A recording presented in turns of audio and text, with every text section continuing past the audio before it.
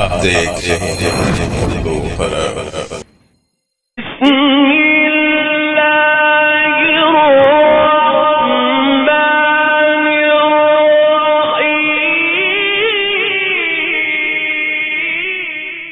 السلام علیکم ورحمۃ اللہ وبرکاتہ۔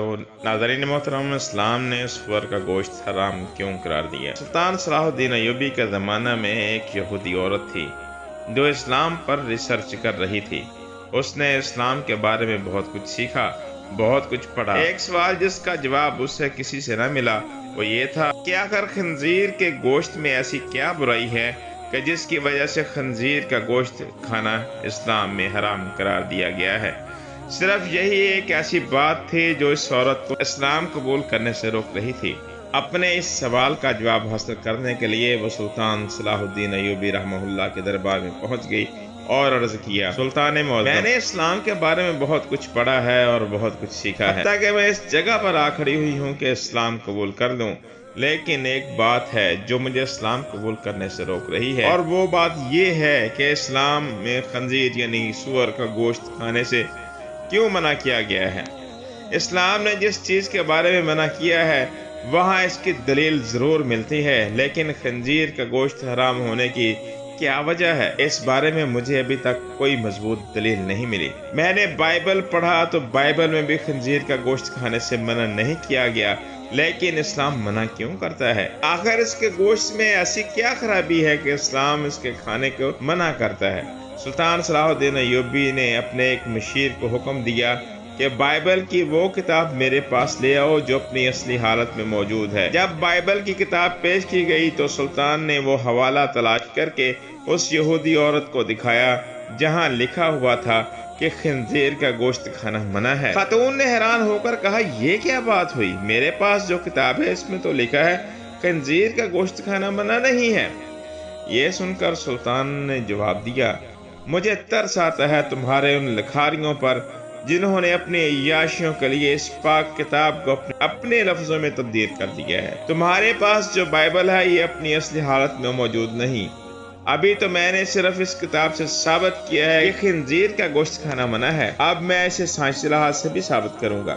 پھر سلطان نے اس عورت سے کہا، کل صبح خنزیر کا گوشت پکا کر میرے دربار میں لے آنا۔ ناظرین محترم، دوسرے دن اس عورت نے خنزیر کا پکا ہوا گوشت سلطان کی خدمت میں پیش کر دیا۔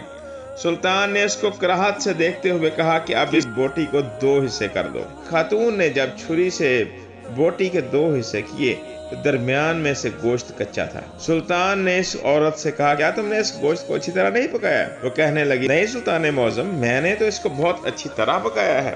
تو سلطان نے کہا کہ اب تمہاری سمجھ میں یہ بات آ گئی ہوگی، یہ حرام گوشت ہے، اسے جتنے بھی اچھی طرح پکایا جائے یہ درمیان سے کچا ہی رہ جاتا ہے، اور جب یہ تمہارے پیٹ کے اندر جاتا ہے تو بہت سی بیماریوں کا سبب بنتا ہے۔ دوسری بات یہ کہ سور جس جگہ رہتا ہے یہ اپنے ارد گرد کی تمام گندگی حتیٰ کہ انسانوں کی گندگی کو بھی کھا جاتا ہے۔ اس کی خوراک بہت ہی غلیظ ہوتی ہے، اس حوالے سے وہ غلاظت اس کے گوشت میں بھی شامل ہوتی ہے جو بذات خود بیماریوں کا منبع ہے۔ تیسری بات یہ کہ سور کی مادہ جب کسی دوسرے سور کے ساتھ جنسی تعلق قائم کرتی ہے تو یہ اسے دیکھ کر خوش ہوتا ہے اور فخر محسوس کرتا ہے، اور اس کی یہ بے غیرتی کی خصلت اس کے گوشت میں بھی پائی جاتی ہے، اور اس کا گوشت کھانے والا بھی انہی صفات کا حامل ہوتا ہے کہ اپنی عورتوں کو دوسروں کے حوالے کر کے خوش ہوتا اور فخر محسوس کرتا ہے۔ یہ واحد جانور ہے جس میں اتنی غلاظت اور بے شرمی بھری ہوئی ہے۔